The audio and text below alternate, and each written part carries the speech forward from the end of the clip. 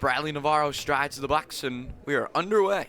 Yeah, absolutely. Penn State having to use the bullpen fairly taxingly so far this weekend. A big day from Frankie Sanchez could go a long way. First pitch in there just a little bit low to get things started for Frankie on Bradley Navarro, the switch hitter here for Michigan, will step in from the left side. Didn't play on Saturday, but Friday went 0 for 2 with a walk and a strikeout in a pinch hit appearance. Just about everybody playing for Michigan this weekend. The 18 position players playing on Friday night. Sanchez evens the count 1-1. This is down low. We've talked about the weather a lot this weekend because, frankly, it hasn't been good at all. Friday, maybe a little bit warmer than it was today. Yesterday, really windy. The nice thing we can say is we have some sun here at Medler Field at Lubrano Park with not a whole lot of wind to this point. Sanchez in a 3-1 hole. But cold for baseball, but hopefully the weather will be perking back up here soon. Yeah, hopefully you never know what you're going to expect here in Happy Valley. It's a 3-1 count on Navarro. Sanchez out of the windup. Down low, and Navarro's on with a leadoff walk. That's been the bugaboo for Penn State pitchers so far this series. Yeah, absolutely. That you mentioned, that's been the Achilles heel for the Nittany Lions this weekend, is both walks hit by pitches, and it allows Michigan to get some momentum, especially in the early innings, and get some base runners and get some action on the bases with one of the better defensive catchers in the Big Ten, Matt Maloney, behind the plate. Sanchez way outside, yeah.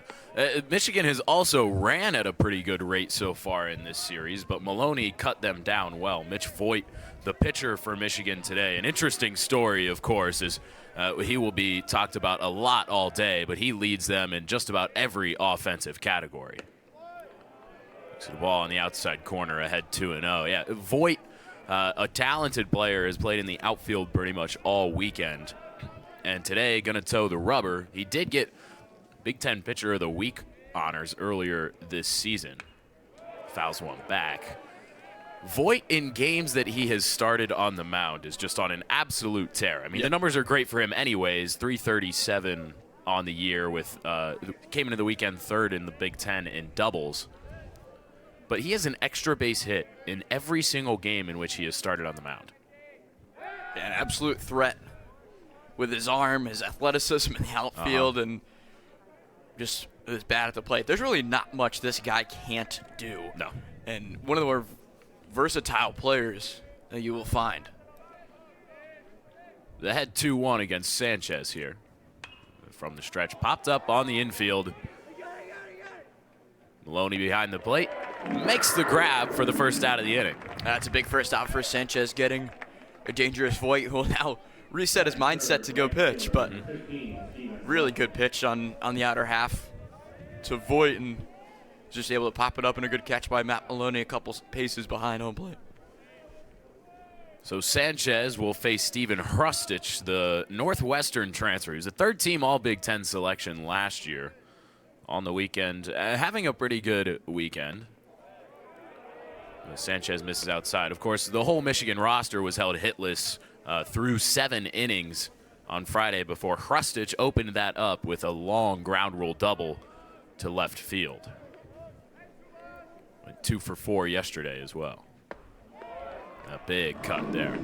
Yeah, Hrustich, a guy that can really change the complexity of a game with just a single swing, and with a runner on, I'm sure he's looking to do some damage here. 16 RBIs in the season with those 7 home runs. Had an absolute bomb over to right field yesterday.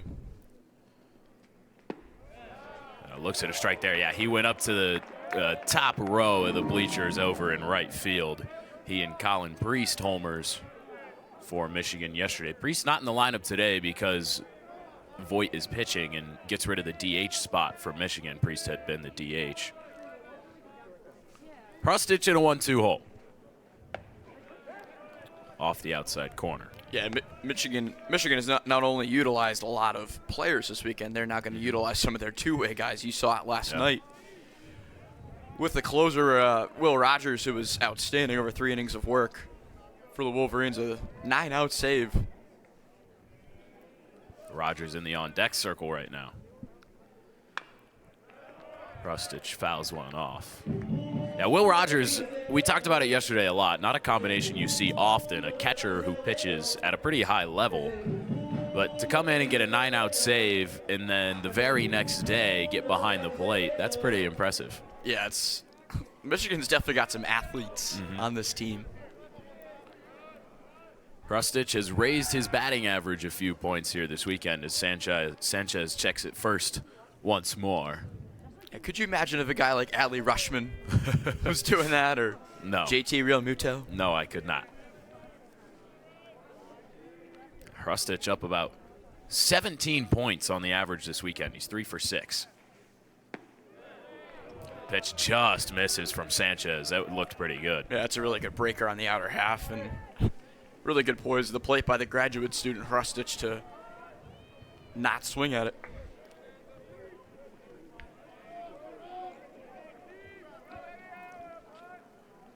Three-two runner goes. Maloney down to second, not in time, but they get the strikeout of Hrustic. He was looking with the runner going. 2 outs now here in the top of the first. Yeah, really good put-away pitch by Sanchez, and with putting the runner in motion, and I've kind of seen that a couple times by the Wolverines with that aggressive approach with guys at the plate and runners on base, and that was a really good put-away pitch by Sanchez there. Froze him with the breaking ball. Sanchez with a runner in scoring position and 2 outs in the top of the first starts with a strike to Will Rogers. Rogers, a guy hitting right at the Mendoza line, right at 200. Pair of home runs and 8 RBIs on the season.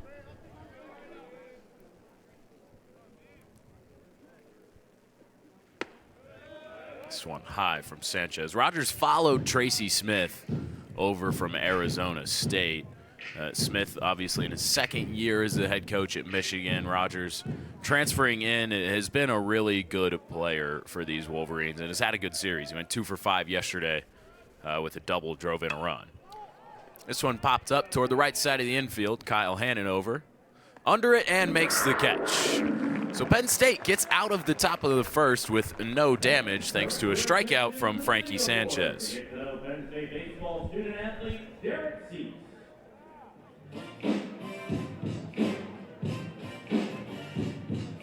RPTN. Just Penn State.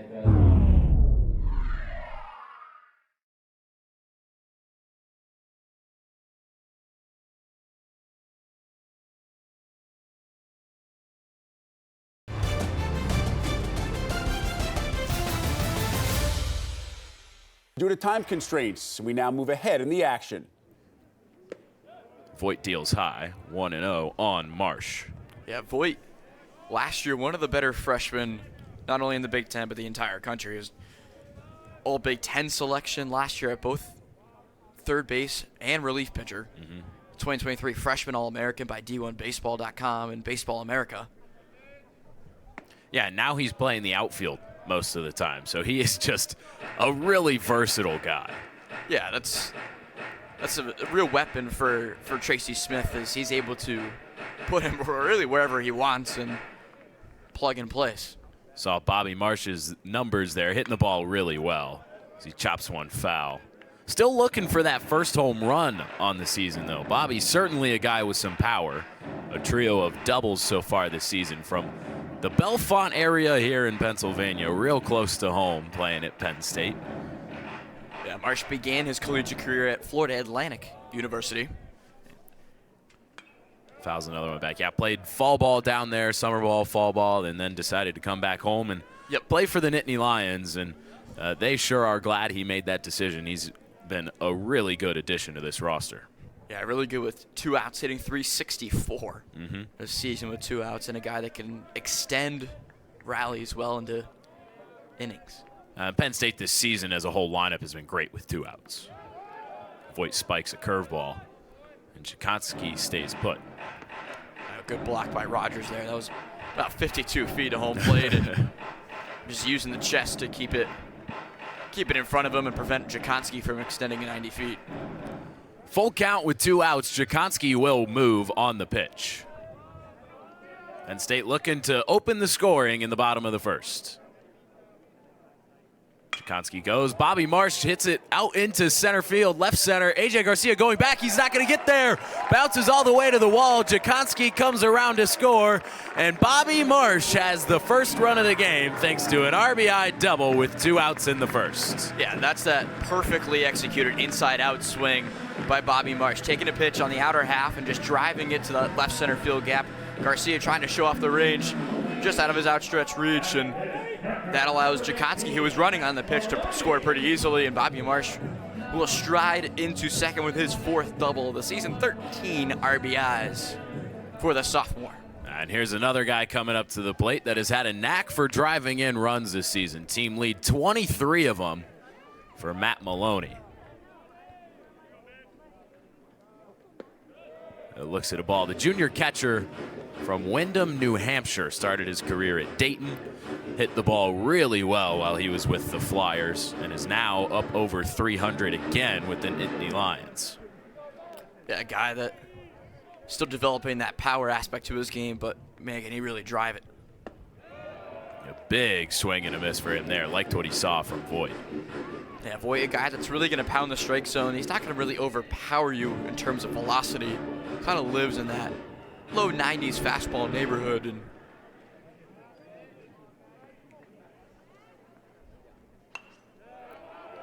Maloney cuts on one, fouls it back.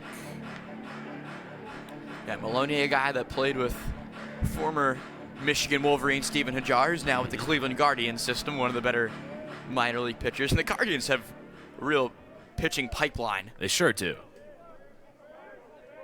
A Maloney in a 1-2 hole with 2 down here in the bottom of the first. Good eye on the pitch outside corner. Bobby Marsh standing there at second. Does have a couple of stolen bases this year. Should score on anything to the outfield. Outfielders shading towards that right side of the outfield. Close pitch there from Voigt, but Maloney, good eye once again, loads the count 3-2. And Maloney, a guy that's not going to chase a whole lot of pitches, just 11 strikeouts on the season. And Voigt got quick work of Adam Cesari and JT Marr to get the first 2 outs of the inning, but now in some trouble. Maloney off the inside hands of the bat toward the left field side. Bradley Navarro is over and makes the catch. But it's not before Penn State able to open the scoring here and take a 1-0 lead thanks to the bat of Bobby Marsh. Penn State baseball season. The Penn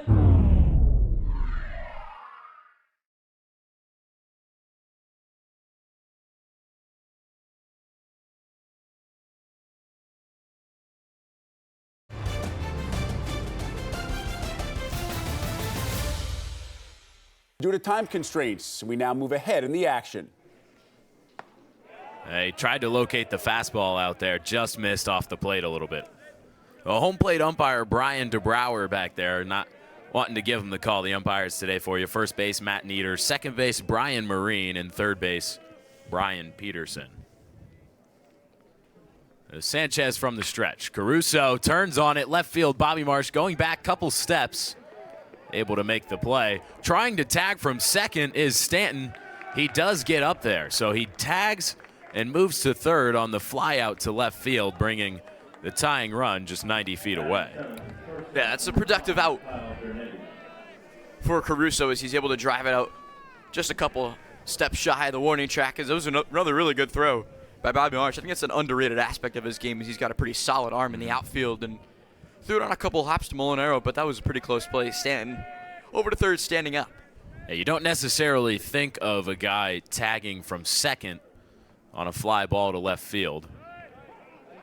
As Kyle Dernetti pulls back a bunt, trying to maybe get the sacrifice on here. But you don't usually think of a guy tagging from second on a fly out to left field. But that one was hit pretty deep by Caruso. Yeah, that was almost hit to the warning track, and good aggressive throw by Marsh, was unable to get him.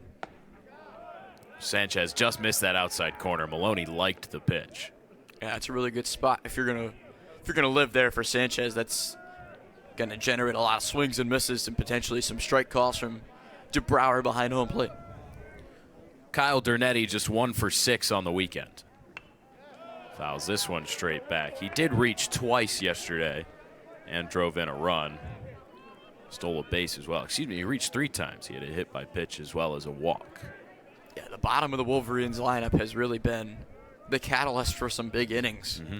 Being able to flip that lineup card over has been real positive for the Wolverines. Sanchez 1-2 gets another foul ball out of Dernetti. Yeah, we'll talk about this a little bit more when you get to the bottom of the inning, but that's kind of been the difference is Penn State's bottom of the order has struggled this weekend.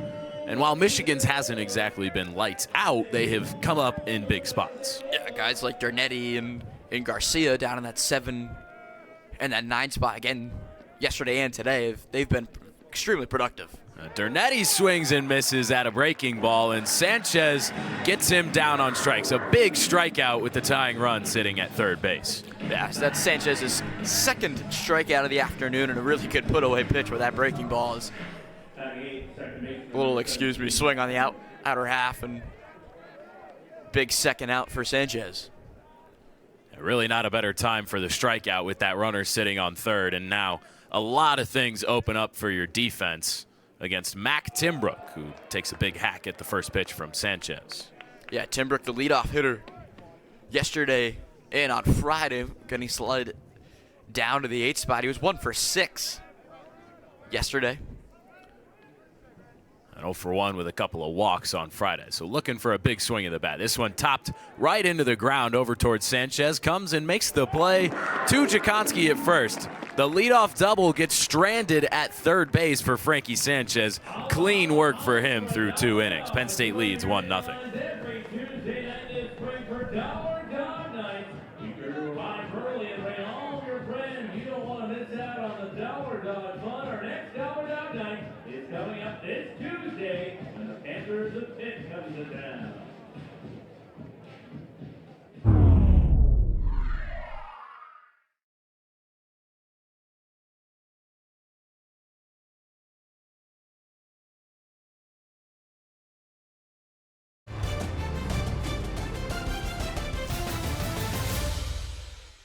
For 7, looking for his first base knock, and it couldn't come at a better time.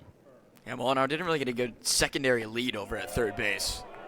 Wasn't able to recognize it that fast, and he wasn't able to get down the line right after contact. Infield at double play depth, outfield pretty much straight away. Left fielder Bradley Navarro in a little bit, potentially trying to nail a runner at home if it goes to the outfield. Over to the third base side, Hannon pops it up, and Caruso makes the grab. So 2 outs now in what was once a promising inning for Penn State. Yeah, Hannon after going 0 for 4 today, that not a great swing from Hannon on pitch on the inner half, which is where you want to see it from a lefty, as he wasn't able to turn on the ball and continues to struggle as his batting average drops to 205 and wasn't able to get the runners over. So we'll see if Joe Jakonski can be the guy to get it done, while Mitch Voigt for Michigan trying to get out of a jam here early in the bottom of the second. Jakonski looks at that breaker, just misses off the outside corner. Yeah, Jakonski roped a single in his first at-bat.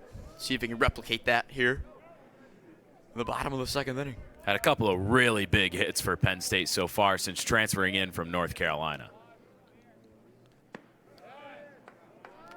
Yeah, I really like Jakonski's approach, a really short, compact swing from the left-handed batter's box, and a guy that has a little bit of power in that swing. But he's that perfect blend of a contact guy and a guy that can generate walks. He's got 20 on the season, tied with Adam Cecere for the team lead. Yeah, his on-base percentage well over 400, 447 for him. Big swing and a miss on the 2-0. That's a good pitch by Voigt. Get Jakonski to swing through it, keep him off balance, get back in the strike column, and it's 2-1.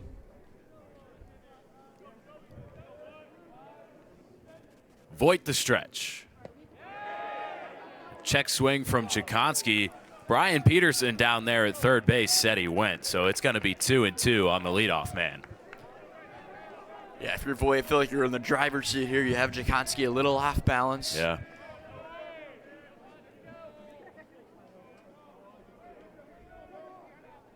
Two count, 2 outs. Jakonski swings and misses. Mitch Voigt ends the Penn State threat. Yeah, a really good job by Mitch Voigt to minimize the damage and keep the Penn State lead just at 1, but a really good pitch in the outer half and kept Jakonski off balance for the entirety of that at-bat and kind of recognized that. A good job by both him and his battery mate, Will Rogers.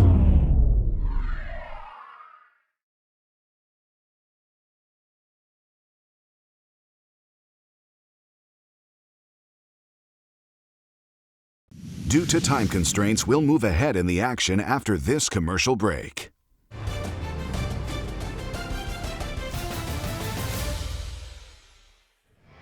Mitch Voigt back to work against Adam Cecere. First pitch swinging. We've been saying it. We feel like Cecere might be due for a long one. 5 of them this season, and he is just such a talented hitter from the left side. A guy that's been a number of years at Wake Forest, played the College World Series last year. Here's one hit right into the shift.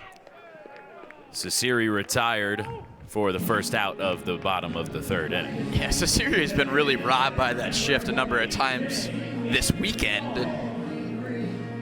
But he's still been scolding the ball to really all parts of the ballpark, and it'll bring up JT Marr.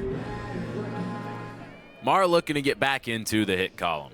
Flew out to the right fielder his last time up. Really barreled the ball. Just hit it right at him. He and Cecere both having a little bit of bad luck here lately.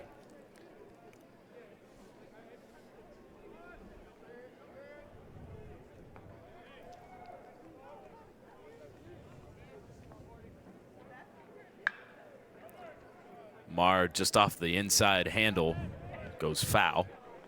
Hey, talk about that bad luck between Cecere and JT Marr, those two guys that aren't really benefactors of luck. I mean, they're just two guys of pure skill, and bad luck doesn't really last forever, especially with those two really good hitters. Tried to work the top of the zone. Voigt just misses. 2-1 on JT Marr. Yeah, I mentioned this yesterday, but the coaching staff, Mike Gambino and the entire staff, were really impressed with the way JT Marr was able to quickly get acclimated to Penn State and the culture of this program, and as a catcher developed a unique relationship with all of his pitchers on the staff.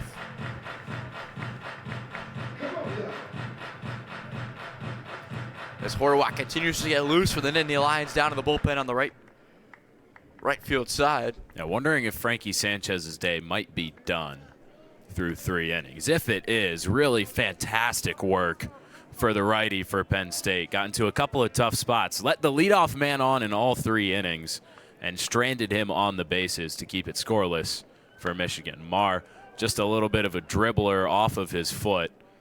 Didn't feel too good, but will be able to step back into the box. Yeah, Mark, quite an interesting journey of college baseball. Played 2 seasons at Florence Darlington Technical College before going to College of Charleston, where he played in 100 games, made 99 of both starts. Hit .298 in his College of Charleston career. Just shy of 70 RBIs, and was a semifinalist for the Buster Posey Award, given to the best catcher in the country, named all now Coastal Athletic Conference first team. Yeah, he is, in a lot of ways, the quintessential college baseball player these days. A couple of transfers, started with the JUCO route, and now here trying to help Penn State. Chop foul again, really good battle for him in this at-bat. Yeah, Marr seems just out in front of it just a little bit. Can wait about a second or two and then start to generate that swing, and really choked up on that bat. We talked about kind of comparing him to Jeff McNeil in that sense of how far he chokes up.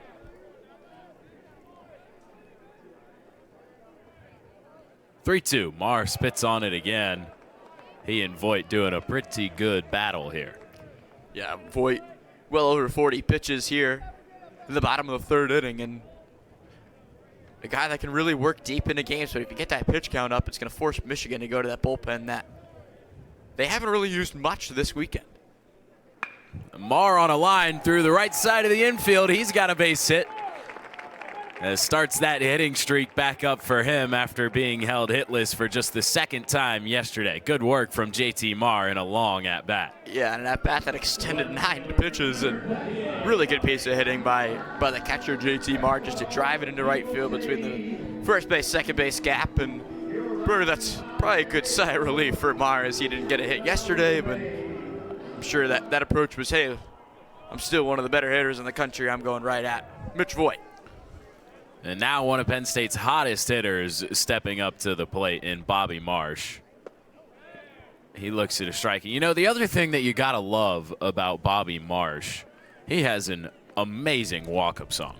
Yeah, absolutely. The That's Life from Frank Sinatra, kind of emulating in the tradition that Jay Harry had last year of Ain't No Sunshine by Bill Withers. And there are get some classics out here. You know, a lot of guys on this team like the rap walk-up songs, and there are some good ones, I will say. I'm a fan of what the Nittany Lions are doing. Marsh looks at a breaker into the zone there, but there's just something about the Frank Sinatra that is really special as a walk-up song. I feel it kind of exudes this level of confidence. I mean, you walk up and kind of the throwbacks. It's a nice blend of throwbacks and kind of modern music for this Penn State team.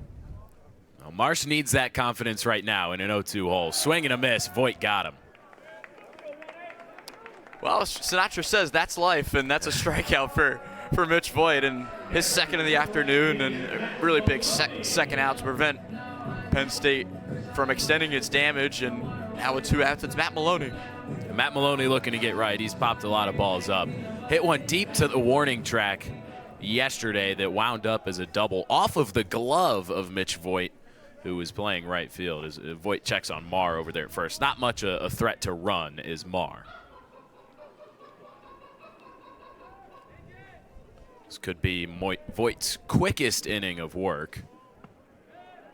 And he's really throwing that breaking ball well into the zone early in counts right now. Yeah, has really been able to land it on the outer half of the plate to both lefties and righties, and with 5 consecutive lefties that begin this Penn State lineup, kind of strategically attacking the right-handed pitcher. Maloney gets one in on the hands and lifts it to left field. Coming in to make the diving play, Bradley Navarro. How about that one? Lost the hat, lost the glasses, but did not lose the baseball. Penn State goes down after the hit from JT Marr. Positive, memorable experience. The IM $100 hospitality campaign is designed to recognize and appreciate Center County's hospitality workers.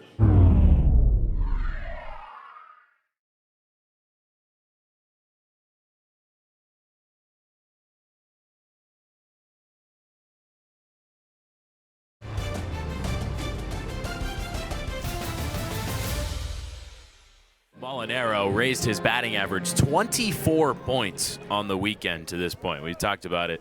This is a guy who is really feeling it at the plate. Yeah, probably the best hitter in this Penn State lineup this weekend, and has been the most consistent guy over the past 3 games for the Nittany Lions. You mentioned that key raise in his batting average. On base at 371.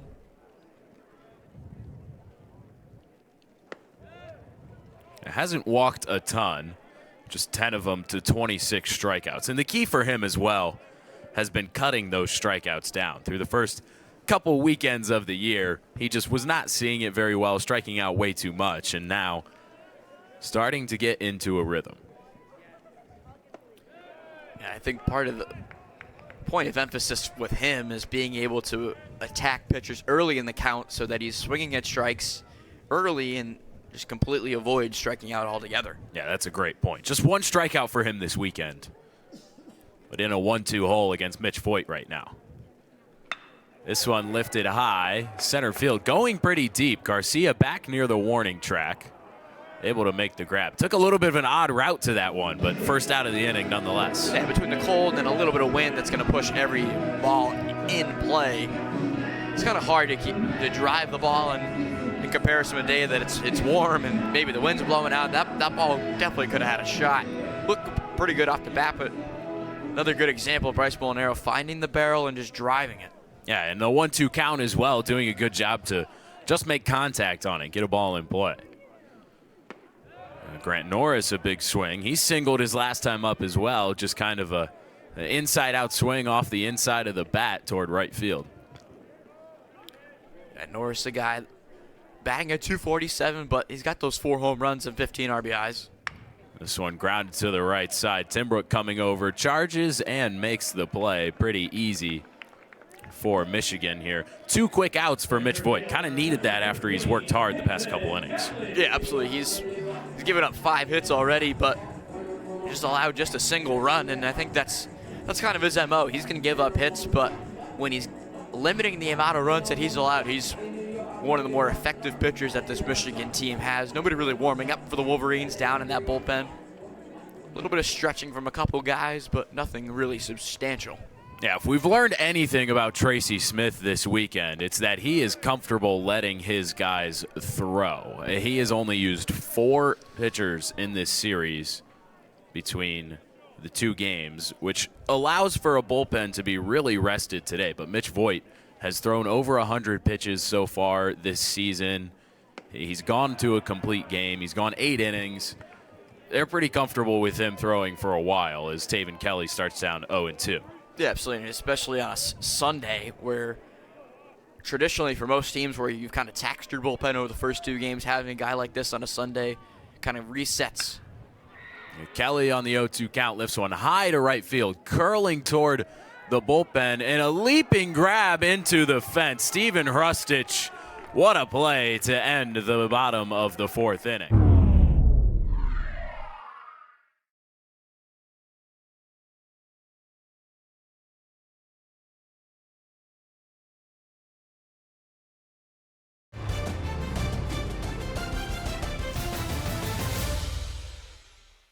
Eight hits, 7 runs, all of them earned, 10 walks and 15 strikeouts. Really the key for him with his 4.40 ERA is getting the ball into the zone.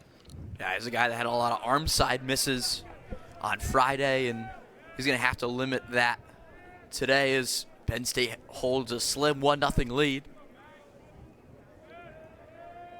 He'll work mostly fastball slider. High heat on the fastball. That one doesn't miss by much, but he's in a 2-0 hole. Against Mac Timbrook, graduate senior from Kent, Ohio. Played at Kent State for a while.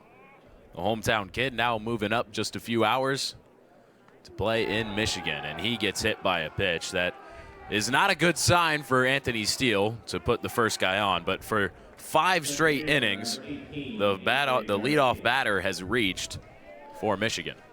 Yeah, I'm sure there's a lot of talk in that Michigan dugout now of, hey, how do we generate some of these runs? We're getting guys on, especially with nobody out, and we're just not being able to produce. And Steele, a guy that does have some walk problems and hit by pitch issues, as we just saw.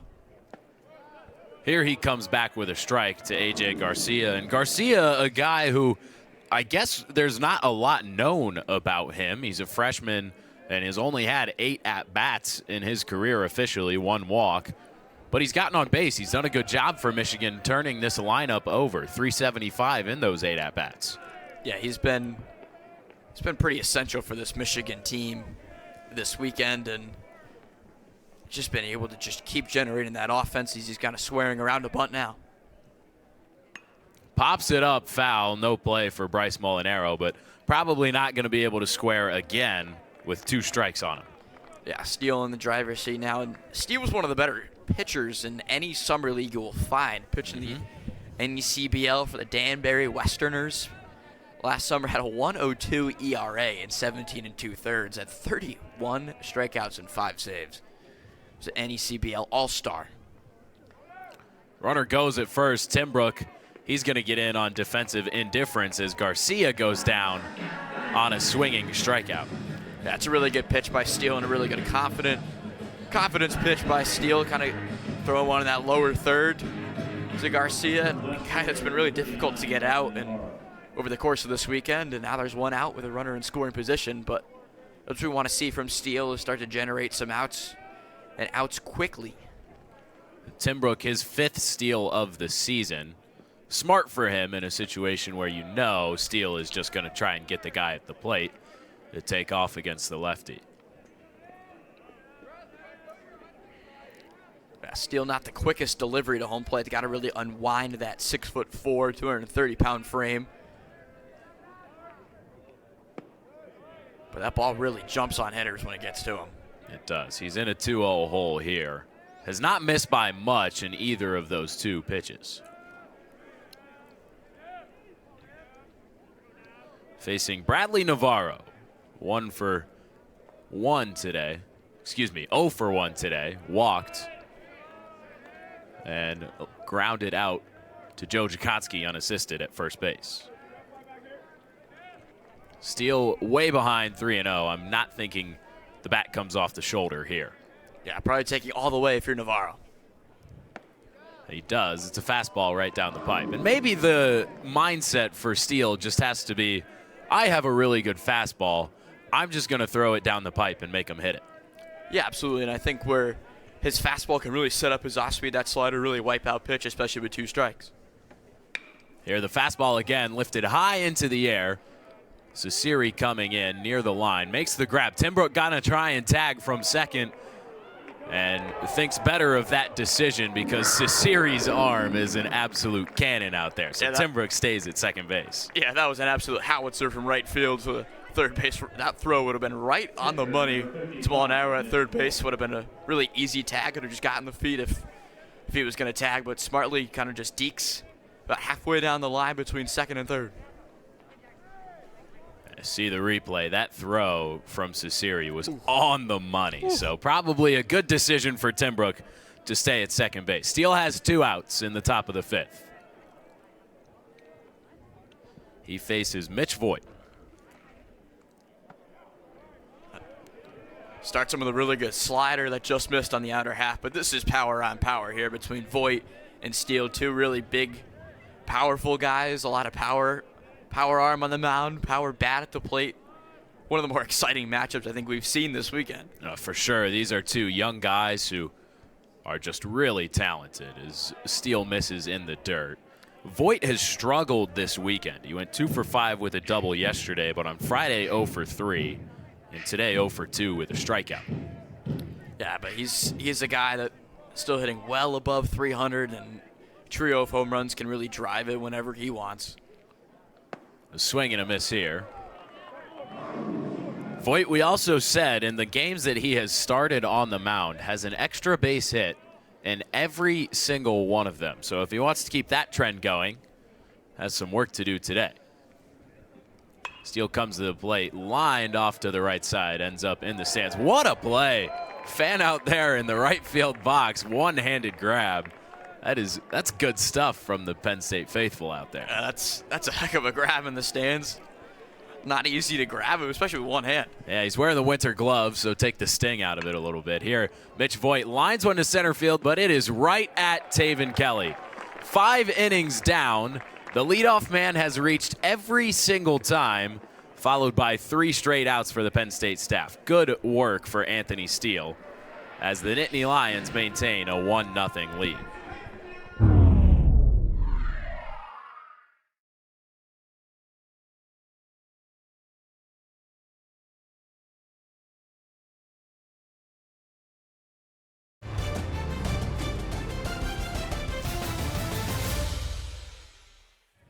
He's been looking really good for this Michigan staff.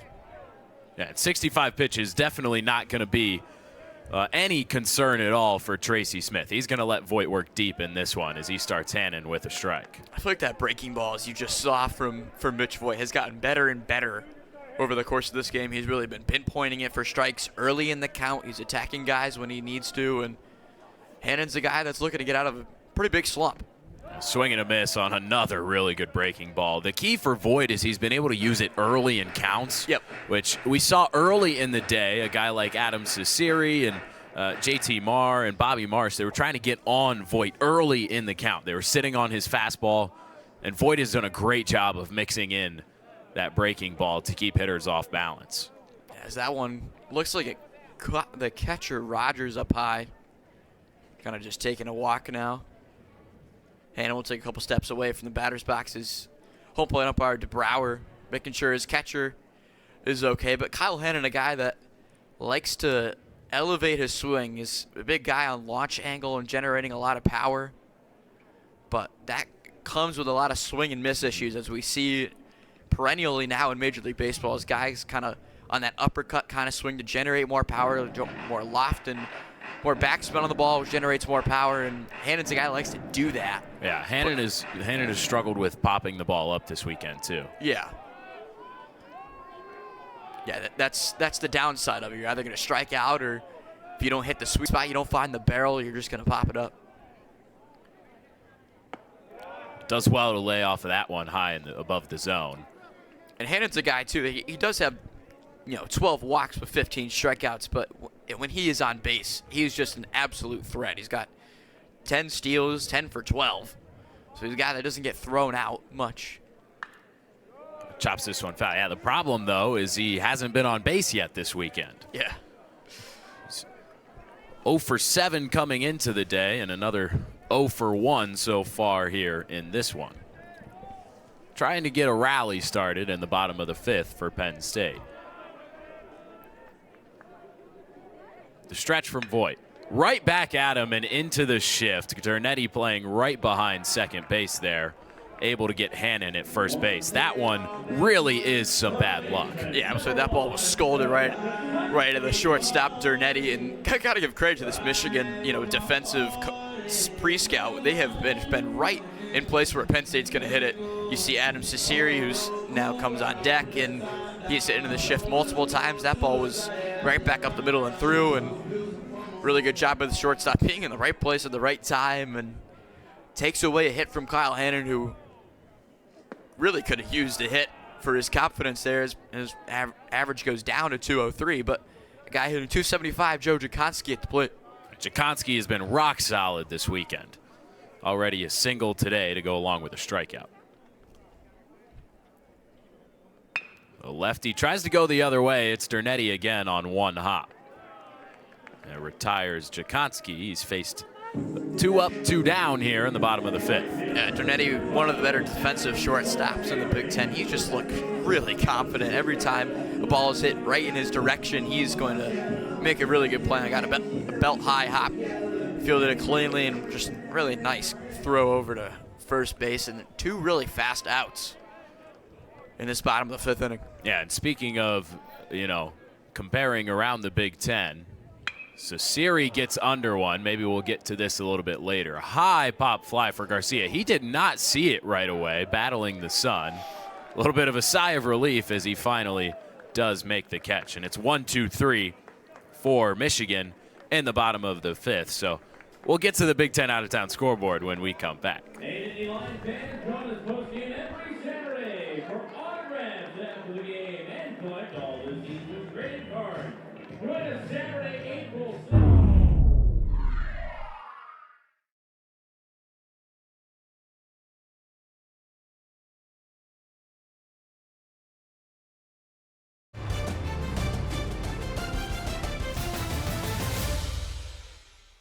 Yeah, Mitch Voigt really barreled that one up and blasted it right to center field. Good route by Taven Kelly in center field to corral it.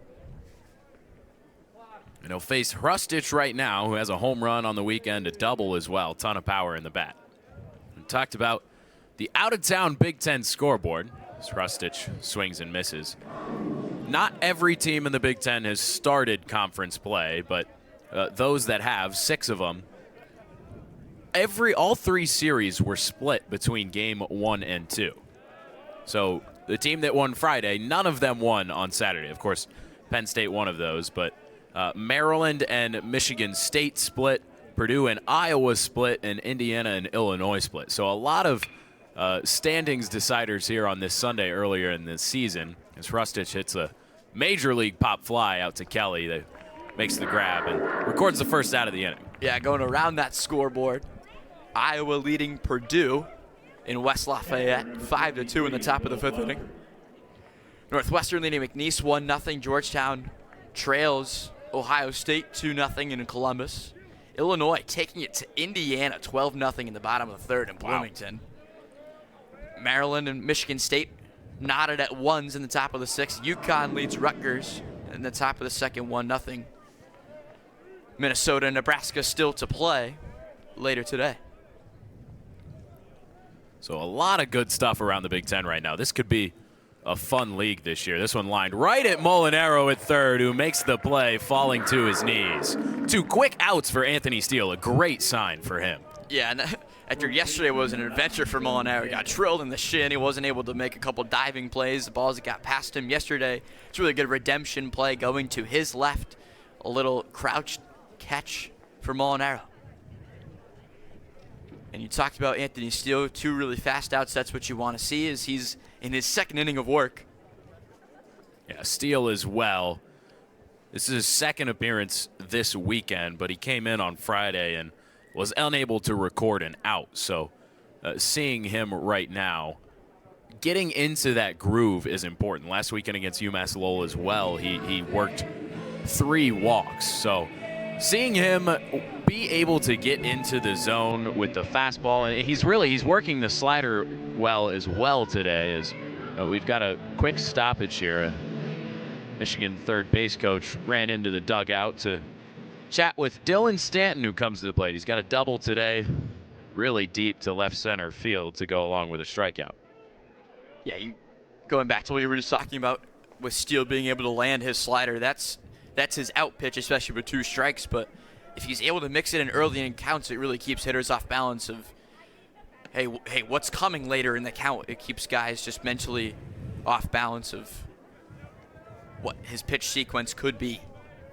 Yeah, forgot to mention, but Hrustich's fly out to start this inning here in the top of the 6th. The first time today, Michigan did not get the lead runner on. Bobby Marsh not able to make the diving catch out there in left field, but really nicely picks it up off the 1 hop and keeps Stanton to first base. Still, a base runner on with 2 outs for Michigan. Stanton's having a nice day. Yeah, that's a really good poke into left field by Stan, who's got his 2nd hit of the afternoon, and really good effort in left field by Bobby Marsh, and a good throw quickly to get it back in and hold him to a single. But at least one Michigan base runner has reached in every inning. They just haven't been able to drive him in. They're 0 for 15 with runners on base, 0 for 12 with runners in scoring position as Caruso swings through the opening pitch in the at-bat. Yeah, Caruso 0 for 11 on the weekend, so could really use a big swing of the bat to fix those numbers for Michigan across the board. I think I jinxed poor Anthony Steele talking about how he finally got the leadoff man out, and then, of course, a good swing of the bat from Stanton gets him on base. Yeah, big time at-bat there from Stanton as he's able to start to generate what could be a 2-out rally for Michigan. Steele out of the stretch, misses down low and away. Yeah, if you're Steele here, you can't let that 2-out base hit rally you. You don't really have to worry about that base runner on first just yet. You just got to focus on attacking Caruso, stick to what is working, and just stay within the strike zone. Just misses off the outside part of the plate. Maloney tried to hold that one there and get the call. Yeah, Maloney trying to frame it. Steele thought it was a strike. Kind of stared down home plate just for a brief moment, and home plate umpire Brian Brower would try and change his mind. Steele checks on Stanton at first. No steals for him this season. Hasn't even tried, so probably not a threat to go. Yeah, it's always tough when you're trying to run on a lefty, especially somebody that toes that first base side of the rubber with that little deceptive leg kick. Steele comes to the plate, fouled back by Caruso. Good battle to get it back to a full count here. The top of the 6th inning with a runner on first. Michigan chasing 1. Yeah, Steele just going with that high fastball there. Caruso's able to foul it off. I'm curious if he tries to go with that backdoor slider or tries to keep a fastball on the outer half and keep Caruso guessing. I think I go fastball. We'll see what Anthony does. He did go fastball, but just could not locate it on the plate. So a walk gets Staton over to second and Caruso to first. And DeGaetano will face the lefty Kyle Dernetti, or rather the righty Kyle Dernetti. I wrote an R that really looks like an L in my scorebook. Promise my handwriting's not usually that bad. DeGaetano starts him with a strike. That's a good sign. It's much more organized scorebook over there for you, Max. It's a better day than it was on Friday. I can promise you that. Yeah, that was a real headache for you, and I guess everybody involved, but your scorebook was just a mess. It was in shambles. I'm never looking at that page again. DeGaetano just off the outside part of the plate, but locating the fastball pretty well so far early in this appearance. DeGaetano, a guy that's not going to overpower hitters with velocity, so he's going to have to really mix those pitches, really mix all parts of the plate effectively. Misses on the outside corner again, 2-1 to Dernetti. Dernetti 0 for 2 today, flew out to the center fielder and struck out back in the second inning. With 2 outs here, doesn't matter how it gets done, but DeGaetano, a couple of guys on, trying to hold the Penn State lead. This one hit to the left side, gonna get through the infield. Marsh comes in. Will they send Staton? They will. He's coming home, gonna tie the game. The base hit from Kyle Dernetti ties it for Michigan, 1-1 with Penn State. Yeah, that ball not hit awfully that hard, but it just gets through the left side of the infield between Norris and Molinaro. Really aggressive send as that ball kind of got to Marsh as he was rounding third. But not a great throw from Marsh. He was unable to snag Staton as he scores. So Staton scores the tying run here in the top of the 6th inning. And Penn State not out of the doghouse yet with runners still on first and second. Kyle Dernetti comes through with his first hit of the day in a big spot. And there will be a pinch hitter. It's Colin Priest. He's DH'd all of this series. Last 2 days he got the starts, but with Mitch Voigt on the mound, he was left out of the lineup. Hit a long home run yesterday to right field. Yeah, that ball was absolutely crushed by Colin Priest.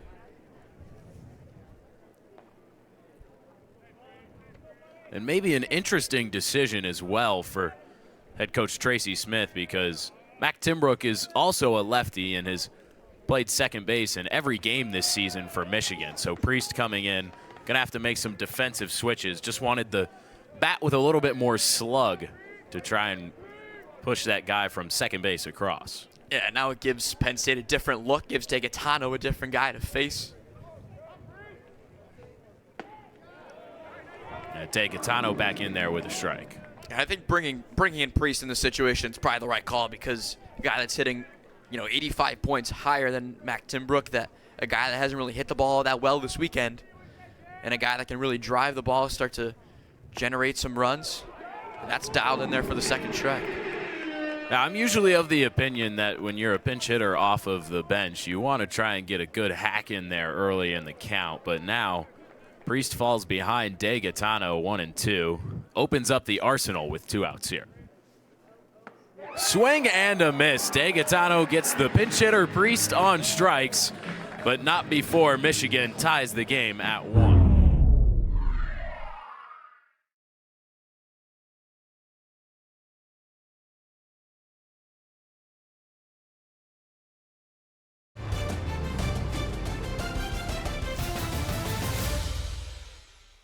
A guy that went, as you mentioned, Max, 2 2/3 innings work, 5 strikeouts in the Friday walk-off win against Michigan, and a guy that pitches with a ton of emotion.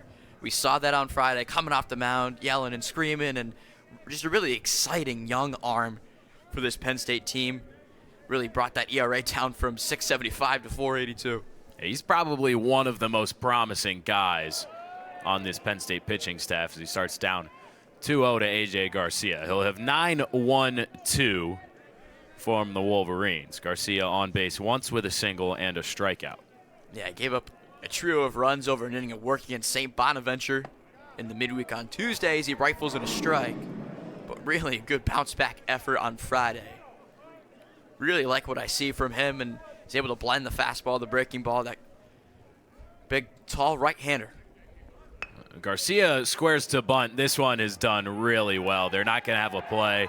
You see it just sit there on the grass. Molinaro wishing it would have turned, but it never did. Garcia, his second bunt single of the weekend, and you can't do it much better than that. Yeah, that is just perfectly executed right down the third baseline. Really good angle with the bat just to drop it down right on the line, and just perfectly placed by Garcia. He's been really effective with that bat control, putting the ball down that third baseline. It's tough with his speed as a lefty. There's just no chance they're going to get him. Yeah, his speed is really dangerous out there.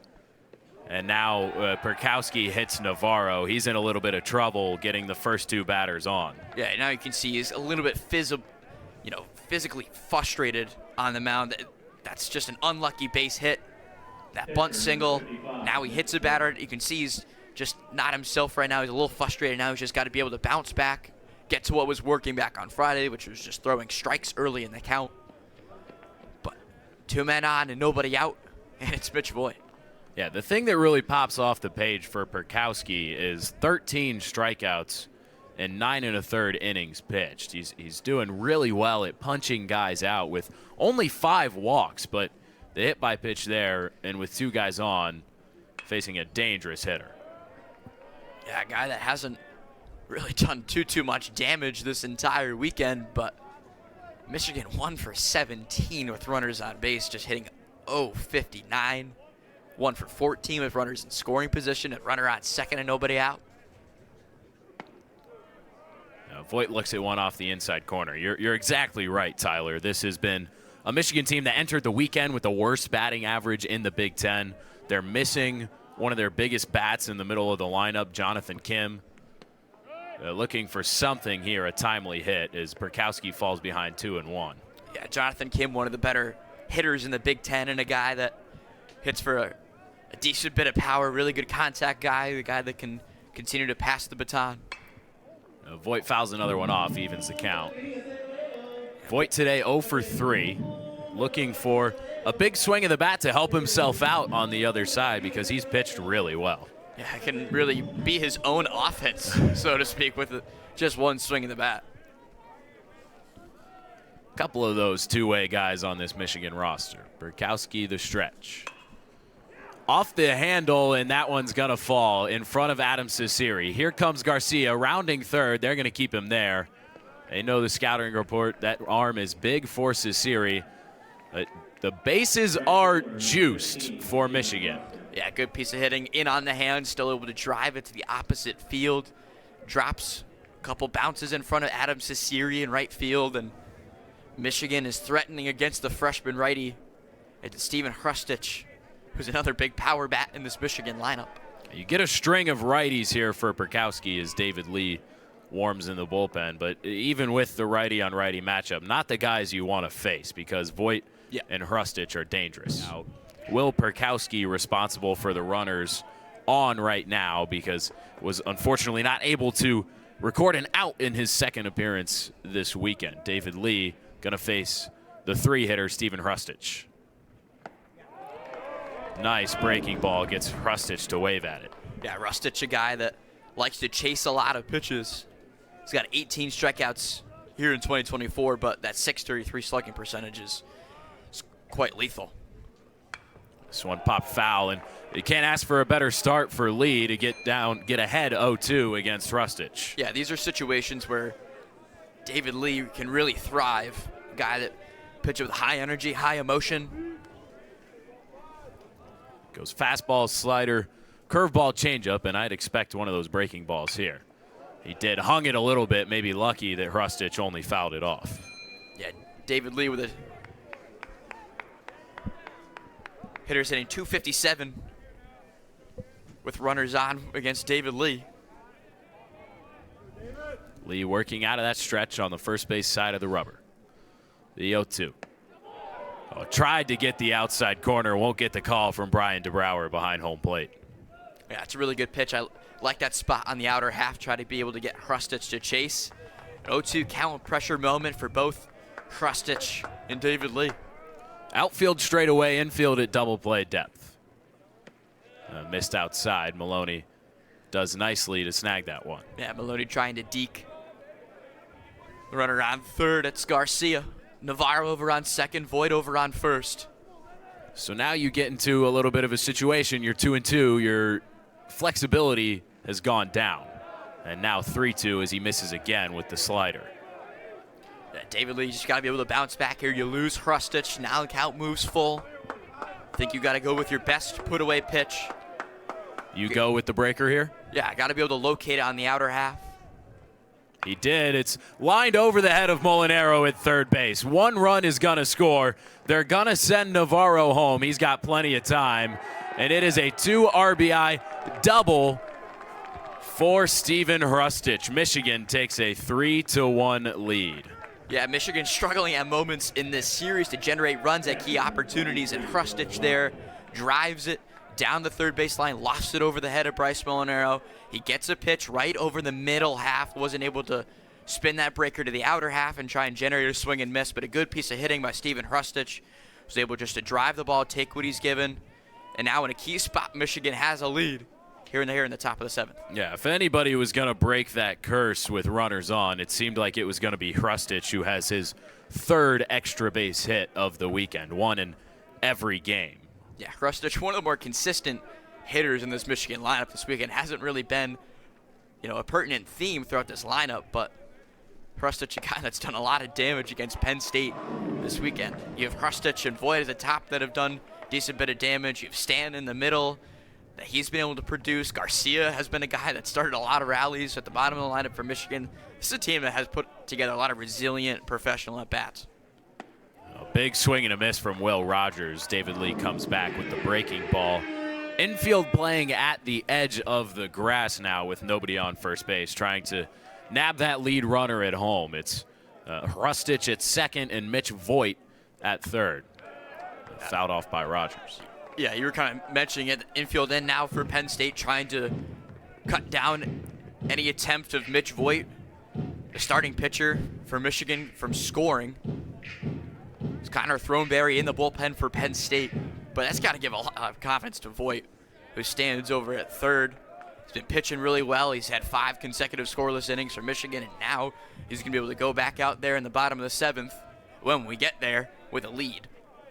Yeah, there is no action in the Michigan bullpen right now, so it's Voigt's 7th inning when we do get there.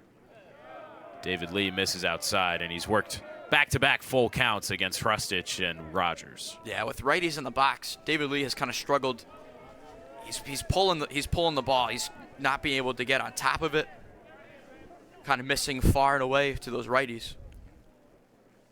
And misses away again. Not the worst thing with a base open, but you're still just looking to get an out here in the top of the 7th. Yeah, now what it does, it kind of generates a force at any base. Now with the infield in, you can try and generate a double play where an infielder throws it to Maloney. Maloney throws it on down to Jakonski at first, and now you can start to generate some things defensively. As Mike Gambino will head on out to talk to his senior right-hander.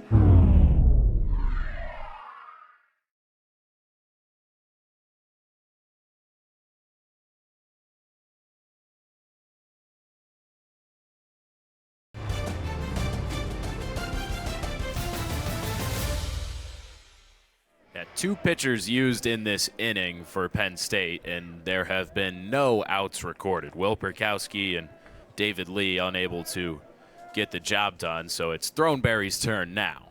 He faces Staton with a couple of hits today. The runners from first to third. Rogers at first, Hrustic at second, and Voit at third. Yeah, what we just saw from that opening pitch from Throneberry was a breaker that just can't seem to find the plate. You just see it again, but that's something that's been a consistent theme of this inning. Guys like Perkowski and Lee just have not been able to execute those pitches, especially on the outer half. Those breaking balls just aren't spinning the way that they want to, and they're not being effective. They're not generating swings and misses. And give credit to this Michigan offense.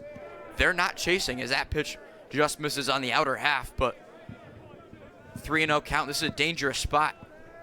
Don't want to give a free pass and a free run. Yeah, you certainly don't want to walk a run in here. He does locate the fastball. You mentioned it, the breaking balls, not being able to locate them has kind of been the issue here. David Lee was ahead in counts, 0-2 to Hrustic, and then 1-2 to Rogers before he just came back. He never had the wipeout pitch. And Throneberry misses the outside corner and walks a run in. It's 4-1 Michigan. Yeah, just not being able to find the strike zone, and that's something that Penn State has just really struggled with today. And it's been a theme throughout this series, is just the walks, and that's something that I know Mike Gambino and this entire coaching staff are just not going to be happy with. It's something that pitching coach Will Joust and the entire staff is going to have to evaluate as guys that just not being able to throw strikes. Yeah, that's the stuff that's going to drive you crazy. Throneberry comes back with a strike to Cole Caruso after the 5-pitch walk to Staton. Yeah, the only walks from the Penn State pitching staff yesterday came from Matt Morash, and he had 3 in his 2 innings of work. Henline didn't walk anybody. This one grounded to Norris at shortstop, and he boots the ball with the glove. Everybody's going to be safe. Another run comes across on the E6, and Michigan leads 5-1. Yeah, just a series of unfortunate events for Penn State in this nightmare of a 7th inning. Numerous walks, an error now from Norris, as wasn't able to make a play. I think he just got a little overwhelmed of what to do with the baseball and when it got there. As Hrustich came in to score, he was barreling down that third baseline, could have potentially had a play as Dernetti swings through that one. But it's still bases loaded and still nobody out, and Penn State just not being able to cash in on what could have been a key opportunity with a ground ball. Yeah, they could have gotten the lead runner there. That's what Norris was trying to do, was come straight to the plate, and he just got a little ahead of himself, wasn't able to pick up the ball cleanly. So nobody out for Penn State in the top of the 7th inning. Michigan has already scored 4 with the bases loaded. This one hit into the air, could be trouble. Taven Kelly going back, trying to catch it. He does make the grab on the warning track. Rogers will tag from third and score. Stanton will move from second to third. It's a 6-1 Michigan lead, but finally the first out of the inning is recorded for Penn State. Yeah, that's a great grab in center field by Taven Kelly. Really deep drive by Dernetti as he gets it all the way to the deepest part of the ballpark. And that left center field gap, and really good range and a really good route in center field by Taven Kelly as he's able to snag it. But a run does score, and Michigan has extended its lead to 6-1. 5 have now scored for the Wolverines here in the top of the 7th inning as Maloney goes out, gives some signs to his infield with runners in the corners. All the infielders playing about halfway in. Jakonski holding the runner on first base. Couple step of a lead. And Colin Priest, a dangerous hitter at the plate, already has a home run in this series. I want to mention Dernetti at first base, also his 2nd RBI of the game. He has really been the key for Michigan. They've struggled with runners on, 3 for 20. He has come through and done his job well from the 7 spot in the lineup. Throneberry just pulling those pitches into the ground right now, behind 2-0. Yeah, and the guy that started this entire inning with a bunt base hit, perfectly executed down the third baseline, stands on deck. So this is the 8th hitter of the inning. And Throneberry misses again, 3-0. I probably don't swing here with still just 1 out in the inning. You have a chance to continue this rally going if you're Colin Priest. Want to get on base any way you can, though you are a dangerous hitter. Maybe he has the green light. He does. Swings, chops it to Jakonski at first, off of the glove. The glove flipped to Jakonski. They got Priest at first. What a play between Hannon and Jakonski. Yeah, really good job by everybody involved on this play, as Jakonski wasn't able to corral it on the opening try. Gets off the tip of his glove, takes a pitch on the inner half, drives it right to Jakonski. A great effort, gets off of his glove, but a really smart heads-up play by Hannon to chase the ball down, not give up on the play. Flips it with the glove. Jakonski smartly gets back to first base. A really good reach and extension. The right leg, the left arm. And for the 2nd out of the inning, and it's A.J. Garcia. Stanton comes around and scores on the fielder's choice. Caruso moves to second, but finally 2 outs in this inning. And with just 1 runner on, a little bit of breathing room for Connor Throneberry. They have pushed across 6 runs here in this 7th inning. And it all started from the man at the plate, A.J. Garcia. Yeah, it's crazy how a rally can start with just something as simple as a bunt base hit, and it's led to 6 Michigan runs in this inning. And Garcia in the 0-2 hole looks at a pitch off the plate from Throneberry. Yeah, Throneberry just not having that consistency, missing both arm side and pull side. It's 1-2. And he hit Garcia, so they'll flip the order over once again as Garcia is on for the 3rd time today. Yeah, that's just poorly executed by Throneberry in a 1-2 count. You have Garcia guessing, and Garcia gets hit for another time in this weekend series. Penn State, with just what the free passes have really been detrimental throughout the entirety of the weekend, and Michigan has batted around in this top of the 7th inning that just won't end. Yeah, and you have 2 outs, but certainly not out of the inning by any means. Navarro, the top of the order, followed by Voit and Hrustic, could do some damage still with 2 outs. Yeah, if you're Throneberry, you probably don't want Voit and Hrustic coming up, and guys that have started to swing the bat pretty well this weekend, and especially with runners on base. He pumps a strike in there, 1-1 the count.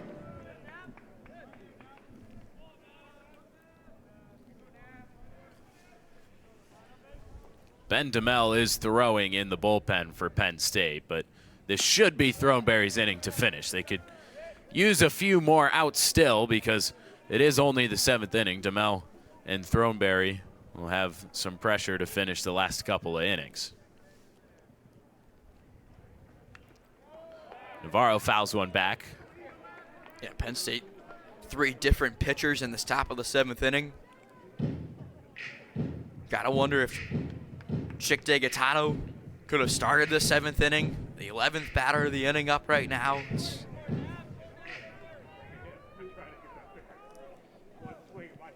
2-2. Throneberry misses it, gets away from Maloney. Runners will advance. Caruso goes to 3rd, Garcia to 2nd on the wild pitch from Connor Throneberry with a full count coming. Yeah, it's just a tough play for Maloney to try and snag it, a pitch that just jumped on Throneberry. And now it's a full count. Trying to get out of a nightmare 7th inning. Throneberry, the full count. And it's high. He walked Navarro. He'll have to face Mitch Voit. Yeah, it's going to be Mitch Voit with the bases loaded, and a guy that went to the dugout after the bottom of the 6th inning in a 1-1 tie. And now he will head back to the mound whenever we get there with a 6-run or potentially more of a lead. So you could really put a dagger here as we're going to get another pitching change. Another pitching change coming for Penn State. Just keeps adding on, and Michigan leading by 6. And DeMel comes up, and Voit, first pitch swinging. It bounces off of Norris. He has no play. Another run is going to come around to score in the form of Cole Caruso, and the bases remain loaded with 2 outs. 2nd error of the inning for Grant Norris. Yeah, hit the nail on the head right there. That's another error by Grant Norris, who's just unable to execute. He just doesn't look confident over at short. Didn't really take a bad hop on him. He just didn't stay down on it. Didn't get his hands through the baseball to field it cleanly. And another situation where that could have been the final out of the inning. But and Hrustic, who had the big hit, is going to come back up as we get a pinch runner there, as kind of doubles as a defensive replacement. Bradley Navarro comes off of the field after getting the start in left field, and Alfredo Velasquez moves to run for him at 2nd base. He'll go out there and play the outfield when Michigan eventually returns to the defensive side. Hrustic, first pitch swinging, goes foul. Ben DeMel, the ERA for him is up at 8.44. You saw his numbers to begin his outing. He does have a save in 10 2/3, but 10 runs have come across, and all of them earned in those innings. 10 walks to 6 strikeouts. The key for him is locating it as he throws that one high, and one more run comes in on the wild pitch. That's Garcia, who moves up 90 feet, and the runners behind him follow. Velasquez and Voigt now at second and third. It's 8-1 Michigan, 9-1. Yeah, just a pitch that completely just jumped on DeMel. Maloney had to leap a little bit to try and grab it. Went all the way to the backstop, and the inning just continues and continues. And DeMel, a guy that pitched yesterday, just 3 pitches and got an out. Penn State's 9-6 loss yesterday afternoon, and back-to-back days with 9 runs for Michigan, but as that one gets away. Yeah, and here comes Velasquez. He's going to score as well. Another wild pitch. Back-to-back wild pitches for Ben DeMel. Brings in 2 runs for Michigan to make it 10-1 Wolverines. They've got a 9 spot here in the 7th. Yeah, DeMel just going with the breaking ball. Tough one to block with all the spin that's on it. Got off the chest of Maloney and just jumped on him. And Michigan has reached double digits. A check swing he held. A check down to Matt Nieder over at first base. He says, in fact, Stephen Rustich held up, so he's on with a walk to continue this 2-out rally for the Wolverines. Yeah, 9 runs in this inning.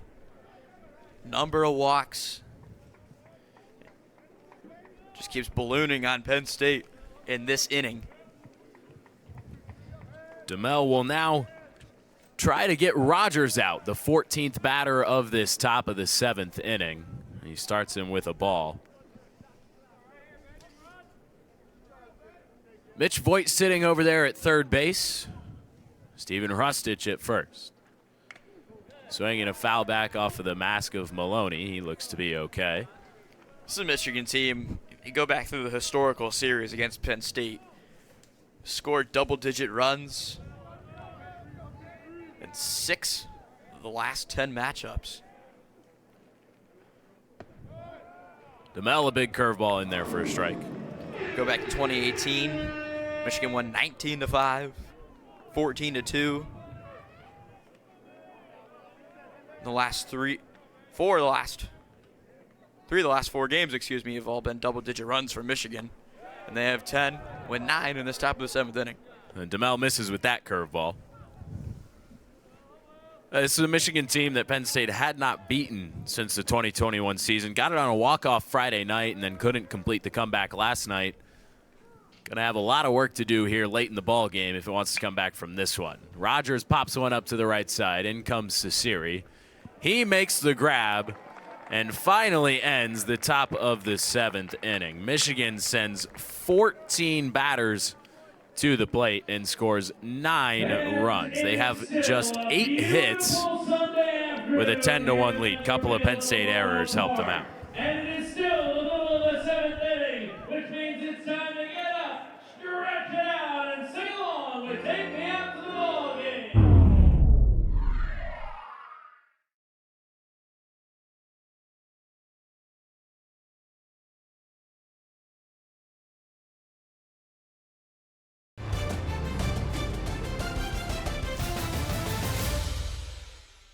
Penn State took the early 1-0 lead back in the first inning before Michigan tied it in the 6th and then exploded for 9 runs in the top of the 7th inning. Penn State just struggling to get out. Too many walks, a couple of errors in what became a 32-minute top of the 7th inning. Yeah, it was quite a marathon, and anything that you could have imagined happened for Michigan offensively, it did. Molinaro fouls it off. You had to use 4 different pitchers, did Penn State. Will Perkowski came in. He gave up 3 runs without recording an out. David Lee, 2 of them, just 1 earned without an out. And Connor Throneberry got 2 of them. Molinaro holds off well. 2 outs for Throneberry. And 4 runs, but none of them earned. He did not give up a hit. A couple of errors with him on the mound before Ben DeMel came in and finally got that last out of the inning on a flyout. Yeah, there were just 3 hits total in that inning. They'll say Molinaro went around in a swinging strikeout for Mitch Voigt, who has been lights out. Yeah, he's working in out his 7th inning of work, and he has 5 consecutive scoreless innings. As Molinaro, yes, he did go. home plate umpire Brian DeBrouwer rings him up. So it brings Grant Norris up to the plate.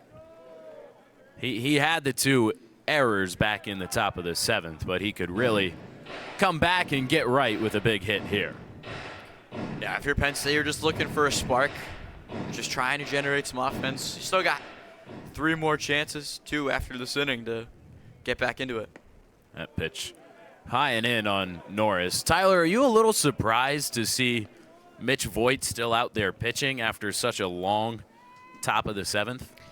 Yeah, and especially because he came up a couple times in that inning, and because Michigan's bullpen is so rested and they have such a large lead, I'm a little surprised to see him back out there, see if Tracy Smith tries to save Voigt for next weekend a little bit, but Michigan does have a righty warming up in the bullpen, so I would anticipate this being Voigt's last inning of work.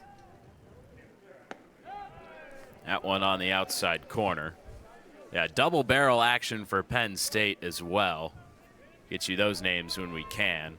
I would agree this is Voigt's last inning. You know, sometimes when you're pitching, having a long inning, it's great for you because you come back and get to throw with a lead behind you, but having that long rest can kind of throw you off. Norris tops one into the ground over to third base where Caruso makes the play. Yeah, Voigt has just been able to generate fast outs during his last number of innings of work, and he gets in on the hands, gets Norris to roll one over to third. Good hands and a really good throw over to first. Yeah, there's 2 outs in the bottom of the 7th inning, and Mitch Voigt has just been cruising over the past couple innings. Yeah, trying to face the minimum here once again. It'd be the 4th straight inning he'd done so. Did it back in the 4th. Has not allowed a base runner since the 3rd inning. Yeah, Voigt came into this afternoon with a 7.20 ERA, and he's down to 6.14. Taven Kelly off the inside of the bat. Right over to the second baseman, Staton, who does indeed make the play. It's another 1-2-3 inning for Mitch Voigt, who has been fantastic. Yeah, quality start for Mitch Voigt. 7 innings of work and a run, and an easy ground out. Taven Kelly not getting down the line hard, and we will head to the top of the 8th inning. It's Michigan 10, Penn State 1.